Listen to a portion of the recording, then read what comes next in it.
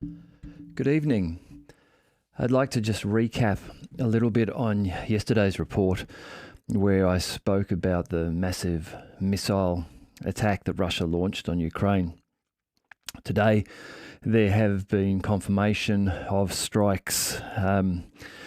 Apparently, all of the Odessa ports were struck.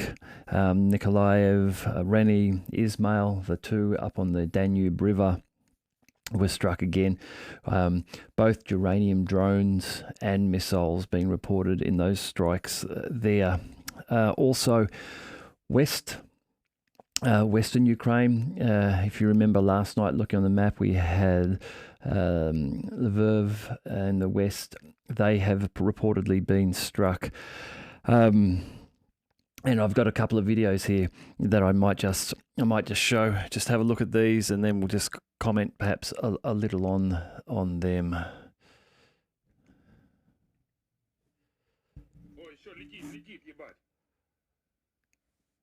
Ох, ебать!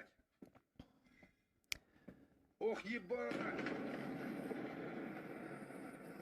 Ох, ёбана в рот! Now, this is reportedly last night in Lvov.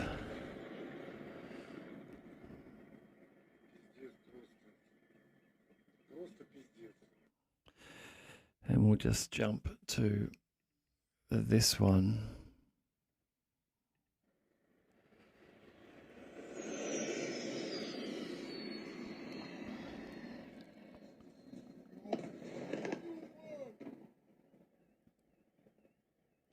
This is allegedly Dnepropetrovsk, and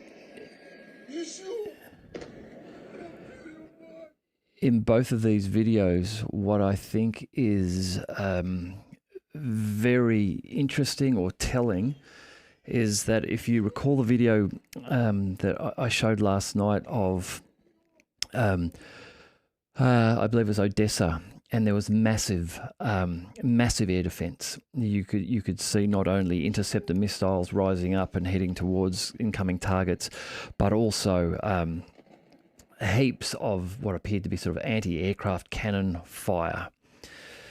If you noticed in both of those videos that I just played there from last night, there was almost no air defense whatsoever.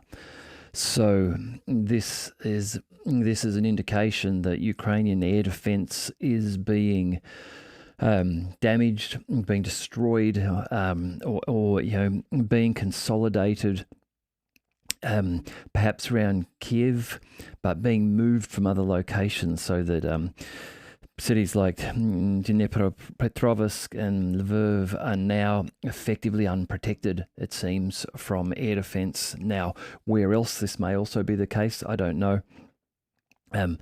But it was what you saw there was nothing like what we saw out of Odessa, where the sky was full with air defense capabilities until in that Odessa video, until something big did get through. Something got in, and that seemed to then shut down the air defense. So it may have been a direct strike onto perhaps the radar or command center or something that was commanding the air defense. I've got another video that I'd like to show because, as you know, I've been banging on about drones quite a bit.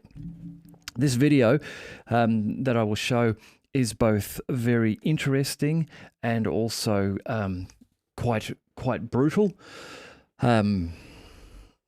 I will just say that reportedly or allegedly, the person that you can see in the video is severely wounded and is being taken for medical treatment. So let me just preface this video with that, and then let's just perhaps focus on the technology evident in this video. So what you're seeing here is a drone, a ground-based drone with what appears to be like a grappling hook on it, which is being used to remotely drag a wounded Ukrainian soldier back to safety. Is what I hope is happening here. Anyhow, that's enough of the video itself. But as I've been saying, the game changer in this conflict hasn't been any of the conventional weapons that we are used to. It hasn't been the Storm Shadows, the Scalps. It won't be the Taurus missiles. It wasn't the Patriot air defense. It won't be F-16s. The game changer in this conflict has been the use of drone technology, both in offensive roles and offensive roles in terms of obviously the large the large Lancet drones. Not large, so the medium-sized Lancet drones, which have been used by the Russians so effectively in destroying Ukrainian armoured pieces of equipment, reconnaissance drones like the American MQ-9s and the Reapers who have been flying over the Black Sea, defensive capability. If we think about the S-350 Russian air defense system, which has got its autonomous mode now, which in this conflict has for the first time detected and engaged and reportedly successfully destroyed a Ukrainian fighter jet in an autonomous mode, so without human intervention.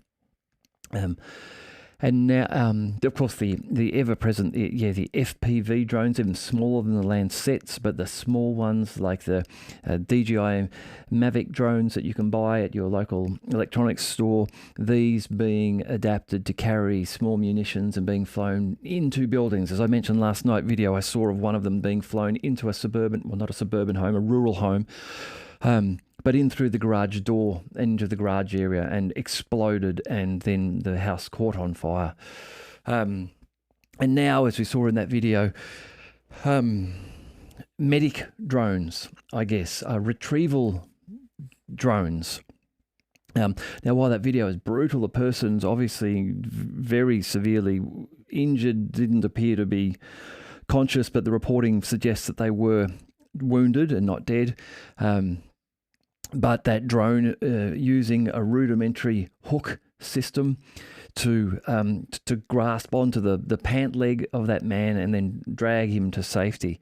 This is the first video we've seen of this in this conflict.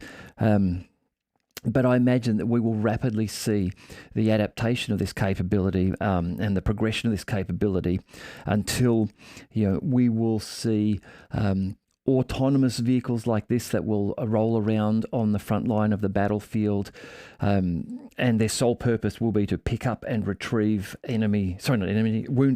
wounded soldiers. Very shortly, there are already transport drones capable of carrying loads of upwards of 100 kilograms or so. There are commercial often referred to as flying plane, but drones. These ones are human controlled by a pilot, but there are things like the Black Fly drone, a twin-seater, about 8 props on it, and it can fly a couple of people around. I believe that soon we will see things of that nature with effectively a claw-type hook on the bottom of them, and they will fly in as a rescue drone. Fly in, perhaps be FPV controlled by a pilot in the remotely, securely in the rear, but nevertheless will fly into the front line, will land, will grasp a person, pick them up, and then fly them back to medical treatment. This is going back a few years, and it's an interesting story. I didn't research it because the memory of it has just come to me now. But a few years ago, I was reading about, I believe it was DARPA working on, and it had an unusual name. The name may have been something like Meat or Eater or something like that. And basically what it was a autonomous vehicle which had a combustion system on it which allowed it to take organic matter and effectively burn it. And it would be able to consume any sort of organic matter was what it was being designed for. And I remember at the time, people were concerned that these would end up on the battlefield and that the organic matter that they would be using to power themselves could possibly be bodies. Now, when I look at this video today that we've just watched of this medic drone, You can see how that needs power, needs battery power. It's on the front line. It's difficult to keep it powered up if you've got some auxiliary ability to consume resources in the area surrounding the drone as it performs its role. You would use whatever material you could use. Interesting to watch this, I think, and just see what happens, what advances happen in the future in this area. I do actually have one more video that I will just show. This is just an update on the Crimean Bridge attack that happened a few weeks back. Let me just see if I can find it. I may have lost it. Apparently, I might have to leave that one. The link I had doesn't seem to have worked. Oh no, here we go. Here we go. Now this here is some footage from the naval drone that was used in the attack on the Crimean Bridge. So CNN have obtained this and released this. You'll see in just a moment in around this area of the image, it will come into shot. There we go. And then it detonates under the bridge in just a second. So yeah, again, just an update there on the topic of drones. This naval drone that was used in the Crimean Bridge attack, footage has now emerged, of showing it actually making that attack. That's the third naval drone onboard view that I've seen. The attack on the Russian military ship and on the SIG tanker in the last couple of weeks. Footage also emerged from both of those showing the drones making their attacks. Okay, so moving on from drones and just a little bit on a battlefield update, and then I'll get into some other topics. Some reporting from one of the Russian Telegram channels, the Kupyansk direction. So Kupyansk direction, I can go to our map here.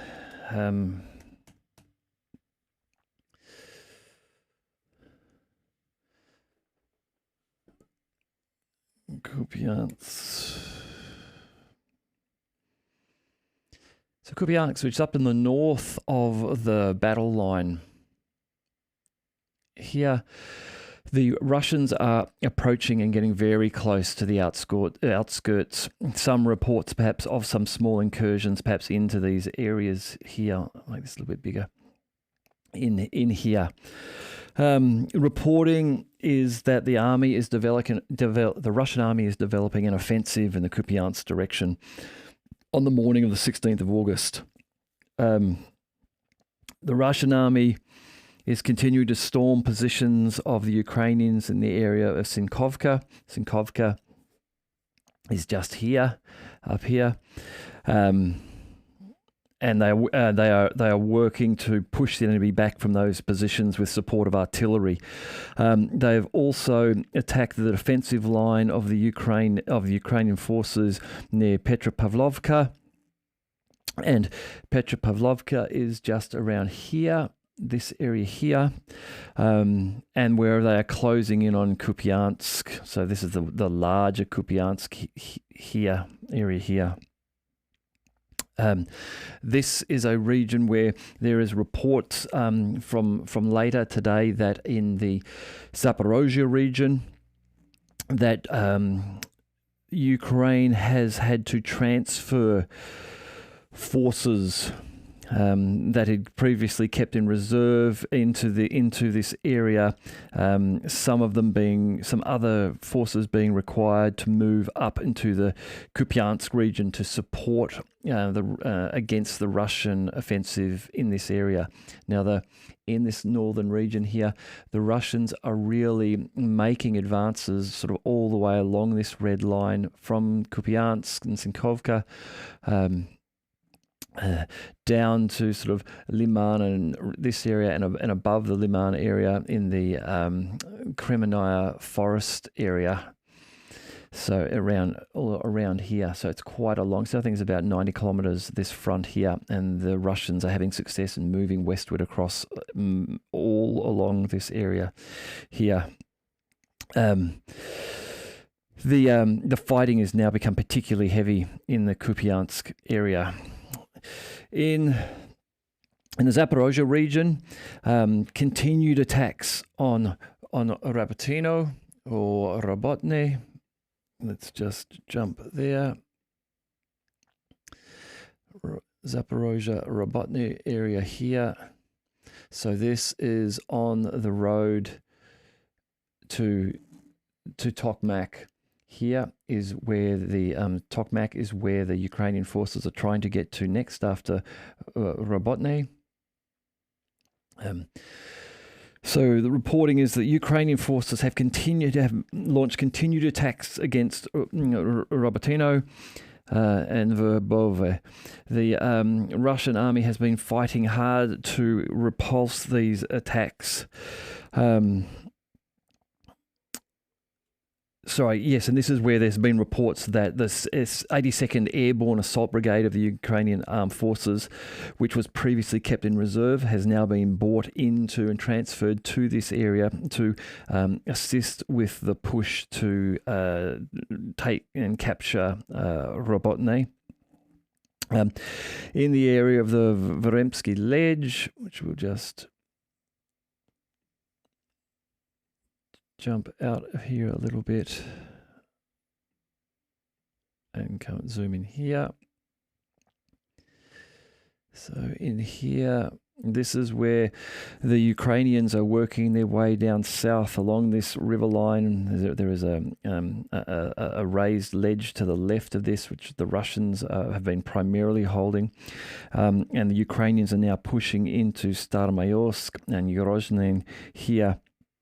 In the this Russian channel is reporting that in the area of the Veremsky Ledge, the most difficult battles are occurring in Staromayorsk and Yorozhny.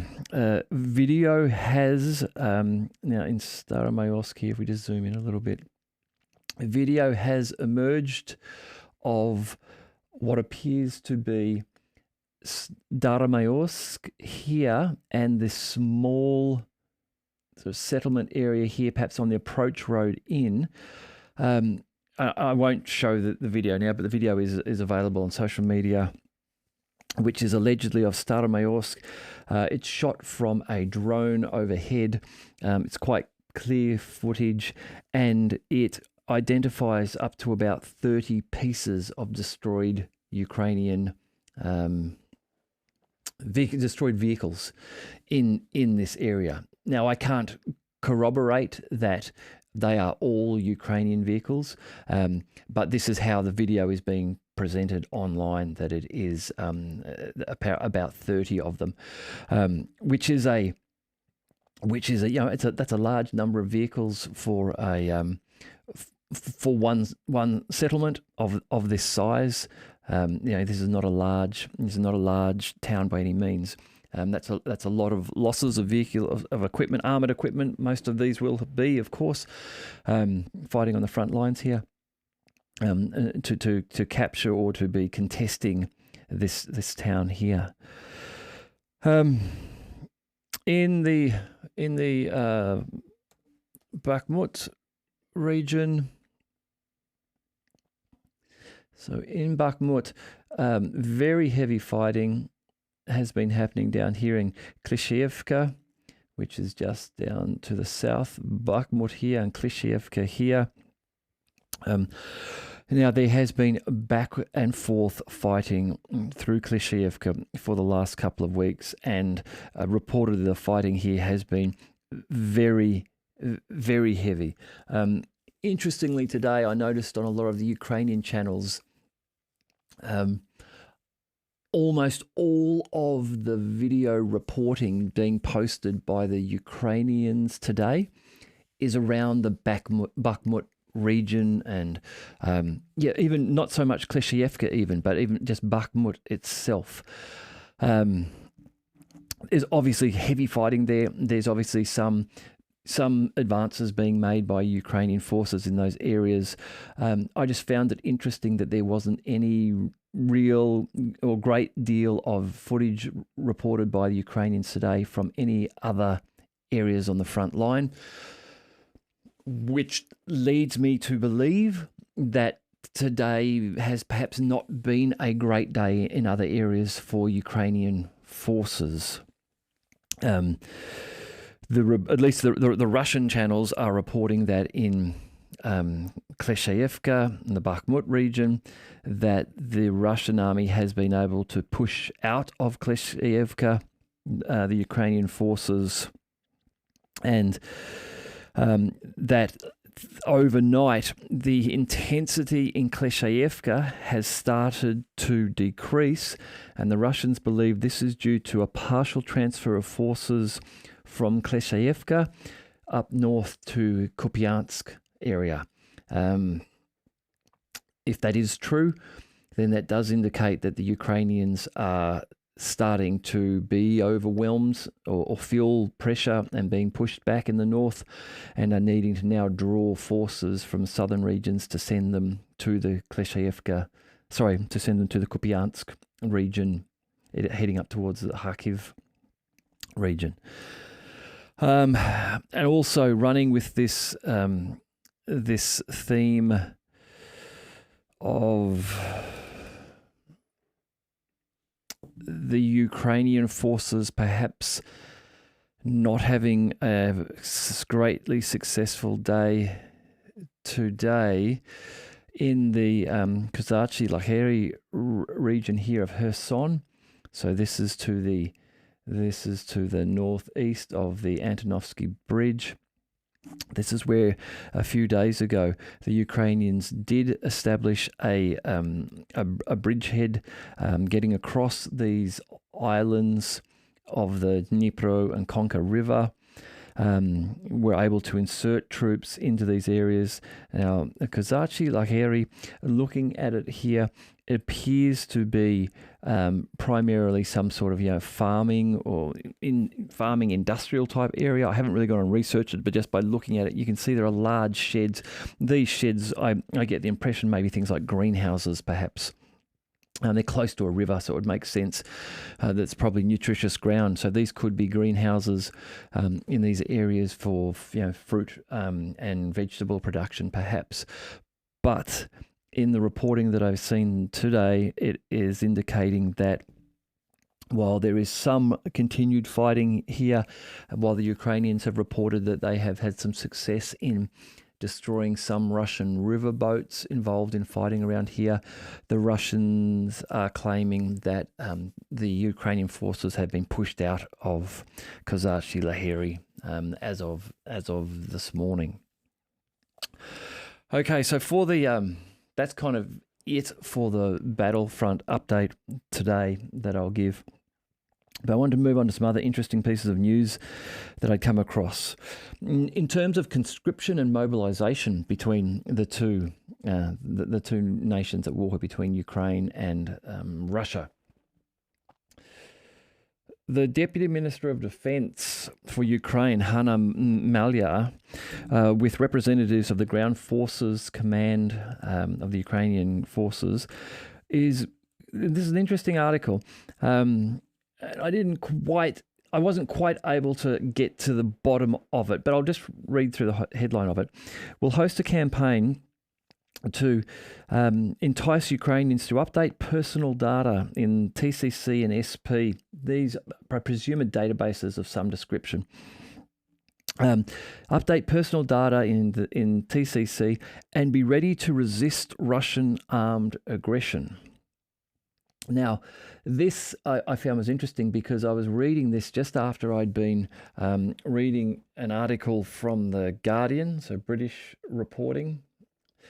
And the title of that Guardian article is Bribes and Hiding at Home, the Ukrainian Men Trying to Avoid Conscription. And it speaks in here of how at the start of the conflict there were many Ukrainian volunteers to join, how now many of those men are dead or wounded or are no longer keen to fight, how Ukrainian men are paying bribes of approximately $5,000 to doctors or to the mobilization staff in charge of collecting people for mobilisation. There have been reports where a bunch of those in Ukraine have just been fired for exactly this reason, for accepting bribes. Doctors accepting bribes to provide medical certificates for people indicating that they are unwell, unfit for service, and then those people leaving Ukraine using those medical certificates to be able to get out of the country. And I'm not belittling or criticising the people doing this.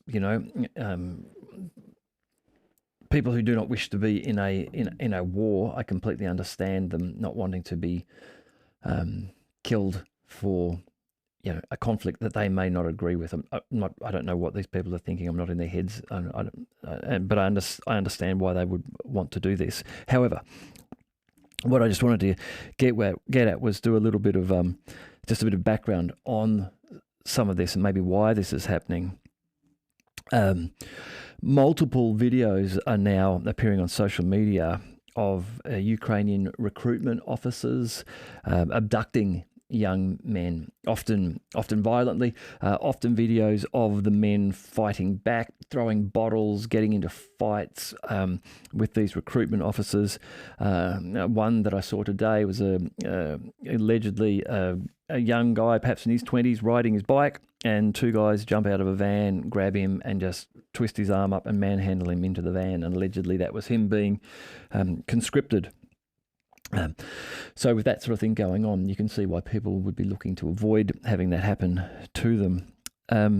Also video that I've seen of new Ukrainian conscripts, freshly mobilised, claiming they've had little to no training whatsoever, being shipped to the front line in vehicles under Ukrainian armed guard and not issued with any weapons until they are at the front line, so that they're not able to attempt an escape from being sent there. And then while we've got videos from both sides of soldiers complaining about the conditions, both Russian and Ukrainian, and that's to be expected in any conflict. If you go and interview soldiers, you'll find soldiers who will complain about the conditions, not want to be there. Of course, many, probably the bulk of the soldiers there, didn't volunteer and want to be there. Would rather be doing something else. However, reports now coming out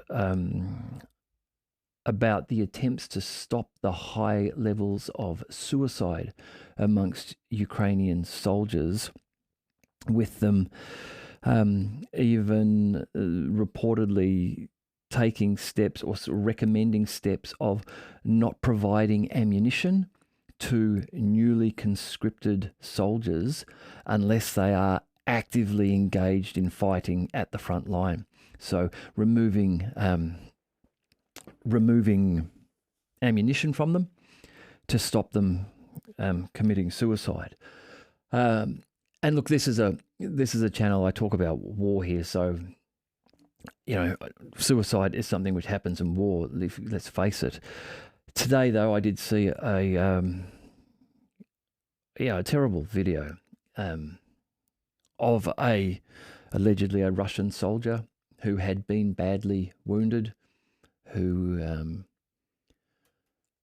appeared to be bleeding quite profusely, perhaps from his head or face, and who took his own life with a hand grenade. That's a bad day.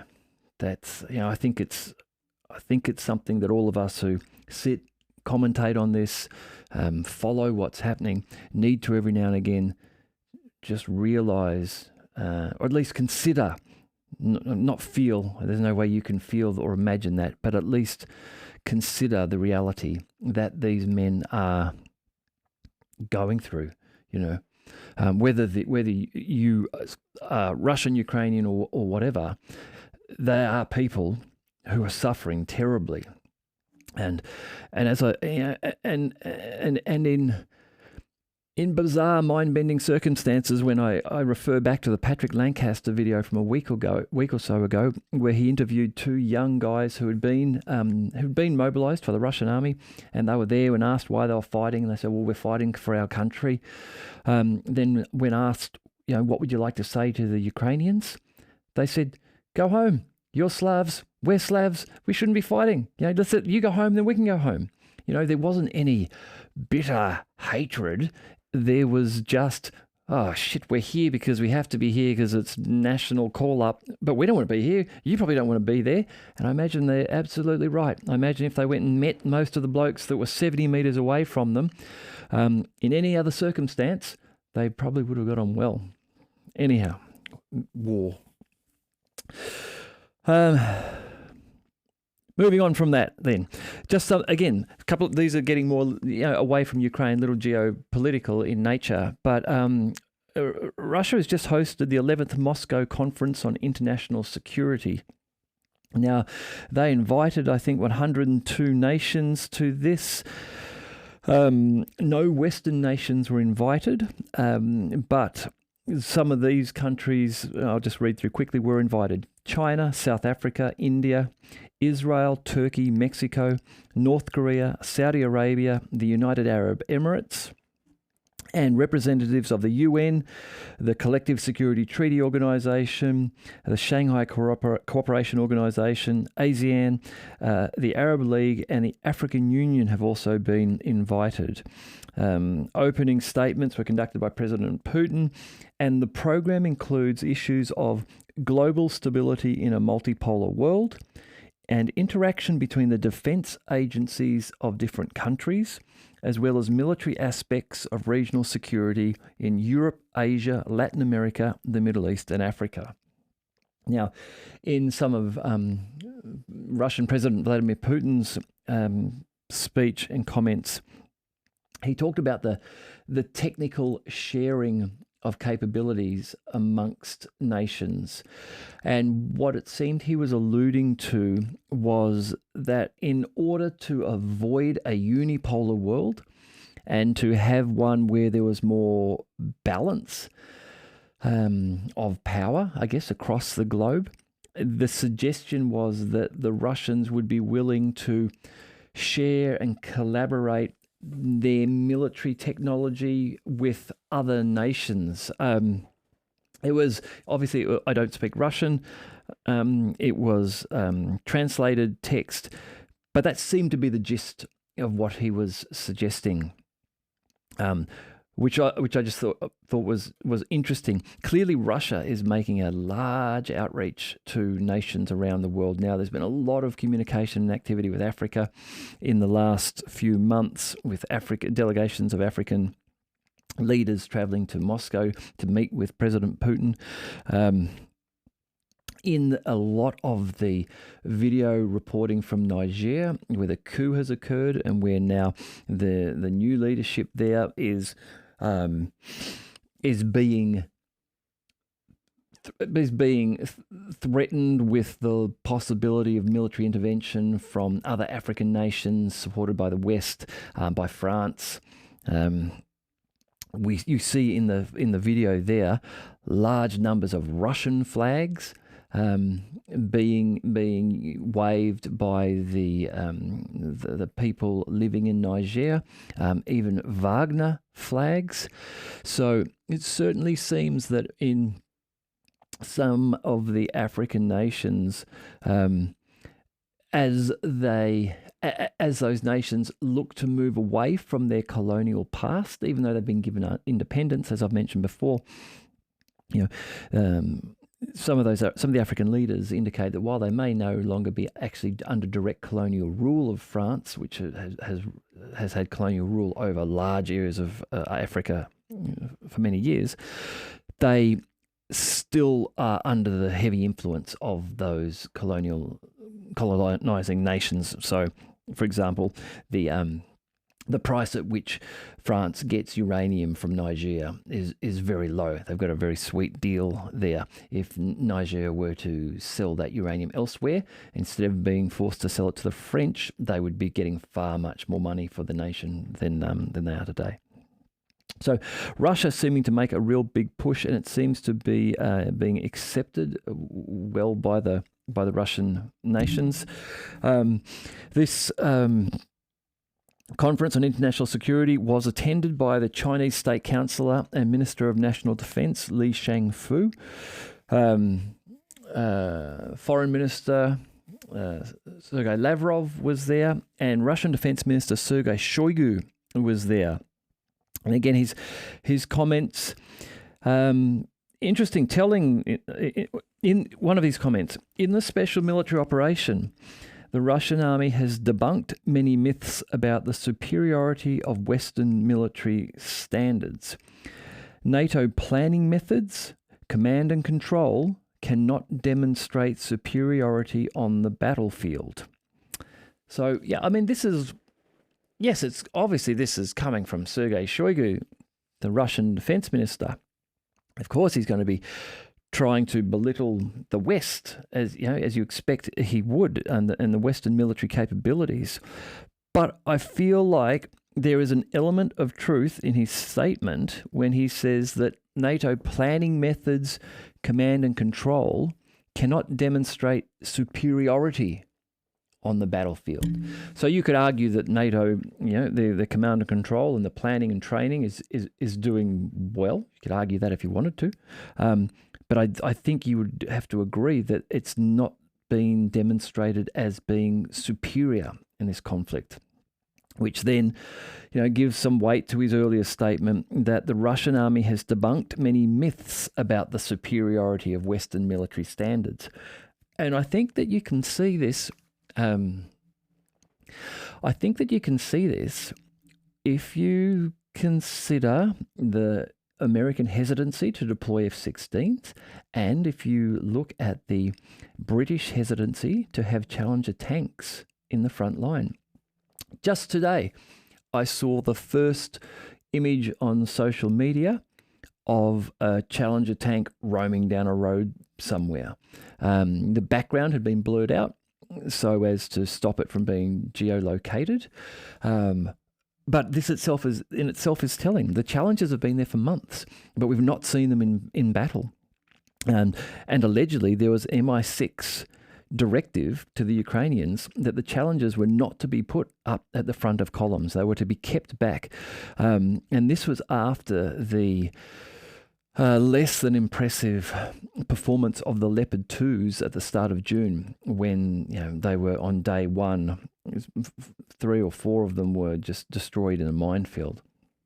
Sergei Shoigu, the defense minister, goes on to say, "We have data on the destruction of German tanks, American armored vehicles, British missiles, and other weapons systems." He said, "We're ready to share our assessments with our partners." And then in a subsequent article that I saw today,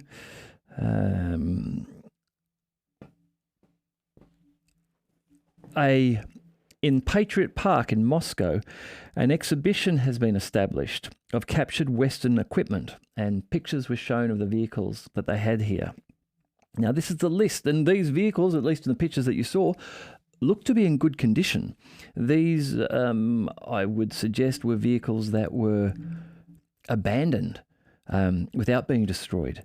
But what's on display there, purportedly, is a French AMZ-10RC wheeled tank, the Swedish CV-9040C infantry fighting vehicle, a Finnish XA-180 armoured personnel carrier, the Australian Bushmaster armoured car, the British Husky TSV armoured vehicle, the Saxon AT-105 armoured vehicle, and the Mastiff PPV armoured vehicle.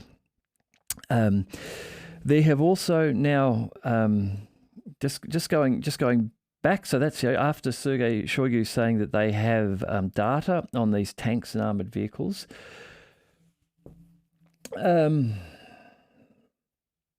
The KTRV, Tactical Missile Armament Corporation, will demonstrate for the first time at the Army 2023 Forum a new generation air-launched cruise missile, the X-69. The X-69, the image of it, it looks very similar to a Storm Shadow, Scalp, or German Taurus. The cruise missile is very similar in its design, with a rectangular cross-sectional shape. It is claimed to utilise stealth technology and has a launch range of up to 290 kilometres and a warhead of up to 310 kilograms. Very similar to the Storm Shadow and the Scalp. Given that Shoigu said that they have data on British missiles, and we had video reports from maybe a month ago or so of a Storm Shadow that had been shot down and retrieved, and it looked as though a lot of it was still in one piece, so it may not have been shot down, may have failed in some way, failed to detonate perhaps. It seems possible that the Russians have reverse engineered that, and the X-69 may now be the Russian version of that range and capability cruise missile. Also, there have been images today confirming in the Zaporozhye region on the probably around the north of Rabotino, a BMP Marder, a Striker armoured personnel carrier, and as I said before, and Challenger tank for the first time. Now, the Striker, there was a video released of what may have been a Striker being struck by a Lancet and possibly around the Rabotino. I can't confirm for sure if it was a Striker being struck by a Lancet, as there is a cut in the footage to give you a different angle. So while it looks like it, it may not be. But the first part of the video reportedly is a Striker. I'm basing that on other people's reporting on that video. I myself in that video couldn't identify it and confirm it as a Striker, but some of the commentary was that the first part definitely was. The second part may have been. It was hard to tell from the angle and the change in the cut. Now, other interesting news today. So Stian Jensen, who is like the General Staff or Secretary of Director of the Office of Jens Stoltenberg, the Secretary General of NATO. He has come out and said that Ukraine could become a member of NATO if it ceded some of its disputed territory to Russia.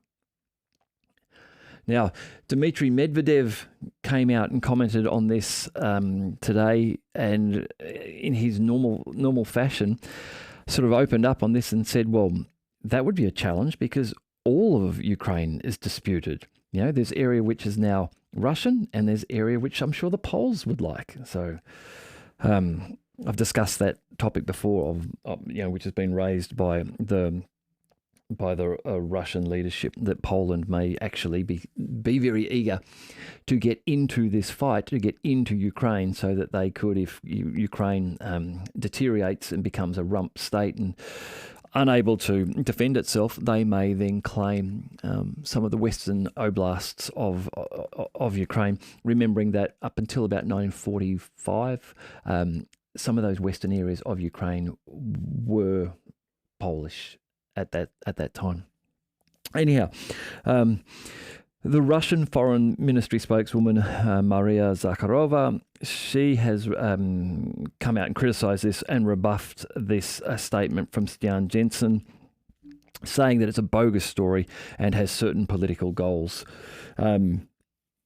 And she has said that any conflict settlement requires confirming the fundamentals of Ukraine's sovereignty, its being neutral, off bloc, and its non-nuclear status. And it is still important and necessary to recognise the new territorial realities that would include Ukraine's demilitarization and denazification. and the rights of its Russian-speaking citizens and national minorities are recognised in line with international law. So the Russian Deputy Foreign Minister, Russian Foreign Ministry spokeswoman and the Deputy Foreign Minister here both saying that, well, yes, Ukraine will cede territory as part of a negotiated settlement, but that's not all that's going to happen, and that Stian Jensen from NATO saying this is possibly doing this for political reasons, possibly dangling out there and saying, look, even if Ukraine were to cede territory to Russia, Russia still won't negotiate. Whereas the Russian Foreign Ministry here is saying, hang on, let's just be clear that, yeah, that will happen. There'll be some ceding of territory. But also our stated goals here are that there is the demilitarization of Ukraine. Ukraine becomes neutral going forward as a non-nuclear state, doesn't join NATO. Those type of things still would need to be put in place if there were to be real negotiations and a settlement to the conflict. Now, just going back a little, well, jumping back to, I mentioned MI6 before, and how MI6 had reportedly said to the Ukrainians not to put the Challenger tanks on the front line because they don't want them being blown up. It's bad for tank sales if your tanks are demonstrated to not be superior in the battlefield. However, some articles have come out today. Now, at this stage, I could only find them coming out on Russian sources. So I'm not at all confident yet that this is a real story. But it was interesting enough that I wanted to just cover it off and then see if it does have legs. If it does have legs, I can put my hand up and say, this was the story I told you about a couple of weeks ago. Anyhow, Russian reporting is claiming that MI6 has been working with the main Directorate of Intelligence of the Ukrainian Army, the GRU, to form, or that they have formed and prepared for deployment 100 militants from Ukrainian nationalist groups for operations on African soil, in an attempt to prevent cooperation between African countries and Russia. So they're suggesting that MI6 has been involved in Ukraine looking for combat-hardened, experienced soldiers who are willing to travel to Africa as part of this group. The reporting is suggesting that the Lieutenant Colonel of the Ukrainian Defense Ministry, whose name is Prashchuk, has been appointed to be the commander of this Ukrainian squad. In 2015, Prashchuk was enlisted in the 73rd Centre of Maritime Operations and was a service member of the Ukrainian Defence Ministry's main Directorate of Intelligence, the GRU, until 2017. He participated in joint operations of GRU and the UK intelligence in Zimbabwe. Now, I guess part of what's made me take the time to even read this is just because if it's a bogus story, it's a good bogus story, and that it's dropped in some good pieces of information, which, we can go and check out. But if they've chosen this guy Prashchuk to lead this squad, and he has had previous joint operations with the GRU and the UK intelligence in Zimbabwe, then maybe he is. Apparently, Prashchuk retired from active duty in 2019. Later, he was elected a member of Ukraine's parliament, the Verkhovna Rada. It'd be interesting. Let's just see. We know that there's already Wagner forces in Africa, in Mali, and being invited into Niger. Now, they're a PMC, a private military company. This group may, if it is in existence and this story is true, may be established as effectively a PMC. Yes, they may be battle-hardened, experienced Ukrainian soldiers that form it, but they may be allowed by the Ukrainian military, their contracts to be terminated, and they may then sign a separate contract with a corporation or entity, a private corporation, and effectively form a PMC. I don't know, I'm just speculating at what might happen and how this might occur so that MI6, the UK, and the Ukrainians can keep their hands off and have some plausible deniability about this if it were to go ahead. It is not unusual for the US and the UK to have private military companies. They've got bundles of them. The French do, the Israelis do, most of the large Western nations do. All right, one last thing just to finish off on, because I just thought that this was ridiculous when I saw this. US monetary policy. So Alan Greenspan, who's a former chair of the Federal Reserve of the United States, was in a televised interview yesterday, and they were talking about the recent downgrade of the United States credit rating, where because of the continual political umming and ahhing and fluffing around with the debt ceiling, the constant raising of the debt ceiling, one of the ratings agencies has come out and downgraded them. Now, this happened in about 2008, but then it got walked back pretty quickly, if I'm remembering correctly. But basically the Fed went and the government went and spoke to the ratings agency and said, no, don't downgrade us. This time it seems to have stuck. Anyhow, so Alan Greenspan, former chair of the Federal Reserve of the United States, in this, he was asked by the interviewer, should people still have faith in US Treasury bonds? And he stated, this is not an issue of credit rating. The United States can pay any debt it has because we can always print money to do that. So there is zero probability of default. And I mean, I heard that and saw that. I thought, I just want to go and print money and pay off my mortgage. Like, why can the US just openly say, debt's not real debt for us. It's just not debt. We'll just print more money. We'll just generate more inflation in the country and devalue the currency and just print money. It's not a problem. It'll never be a problem. Like, he's so confident or arrogant about it. He completed the statement by saying, so there is zero probability of default. Anyhow, that's enough for tonight. Hey, look, if you've made it this far, thank you very much for watching or listening. I hope you're enjoying the channel and the reports that I'm doing. I'm enjoying doing them. If you haven't subscribed already, please subscribe. Give a like to the channel and share it with people that you think might be interested. I'm trying to grow the channel. I've just hit 200 subscribers. So if you've already been watching this, you're one of the early people who've got in at the ground floor. And I really look forward to talking to people in the future, maybe setting up like a locals community once I've got a few more followers and a bit more time to put into this. Anyhow, have a good night. I'll talk to you soon.